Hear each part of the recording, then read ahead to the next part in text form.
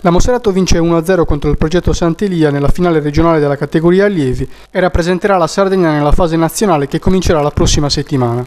Poco spettacolo sul sintetico di Abbasanta dove prevalgono agonismo e carattere, insomma la più classica delle finali.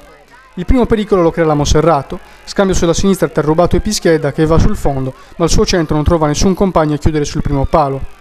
Di ben altra pericolosità la risposta del progetto, accelerazione devastante di Girau che davanti a Fara non indirizza in porta permettendo a Masia di liberare. Ancora progetto vicino al gol al 23esimo, angolo di Mellino, Serrelli e Rovelli si ostacolano a vicenda e mancano l'impatto con la palla. Insiste la squadra di Piras, ancora Mellino sul secondo palo per Mameli che non trova la deviazione in porta. Sannia pensa a come mettere in difficoltà gli avversari mentre Piras vuole maggiore dinamicità sulle fasce laterali. Al 32esimo invenzione di Piras per Pischedda anticipato da Rasu prima di poter calciare da pochi passi. La ripresa si apre con la Monserrato vicinissima al vantaggio. Piras vince un duello aereo, palla a Pischedda, controllo di tacco e tiro sul primo palo che va fuori di un niente.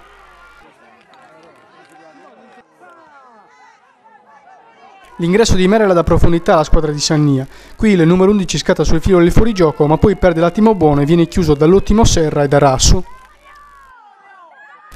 La partita va a fasi alterne e adesso è il turno del progetto Sant'Elia, che ci prova prima con Arca, che trova pronto alla presa Fara, poi con l'occasionissima che capita sui piedi di Girau, ipnotizzato ancora da un grande Fara. Dopo 83 minuti di gioco l'arbitro fischia la fine, che vuol dire l'inizio dei tempi supplementari. Al terzo la partita si sblocca. Luigi Fiori trova sul secondo palo Mura che tutto solo prende la mira e batte Rasso 1-0.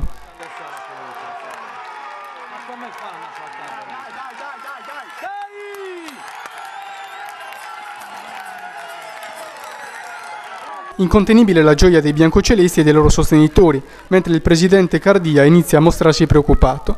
Dal rallenti si evidenzia la libertà concessa al centrale della Monserrato che non ha difficoltà a schiacciare la palla alle spalle dell'incolpevole Rassu. Iniziano adesso i 10 minuti di fuoco del progetto Sant'Elia.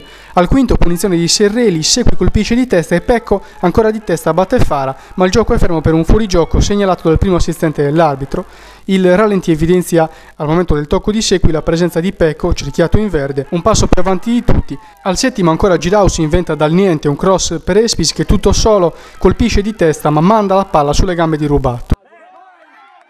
Al nono ancora Girau per Serrelli che perde il tempo per aggiustarsi la palla e calcia poi fuori. Un minuto più tardi punizioni di Serrelli, Rovelli, ingannato dalla mancata deviazione di Masia, non riesce ad indirizzare in porta. Nell'occasione dubbio contatto tra Pecco e Rubato, le immagini non aiutano. Nel secondo tempo supplementare la Monserrato ha l'occasione per chiudere i conti, ma Merella, scattato sul filo del fuorigioco, manda fuori. Ultima grande chance per il progetto Sant'Elia sulla testa di Arca che tutto solo spedisce alto.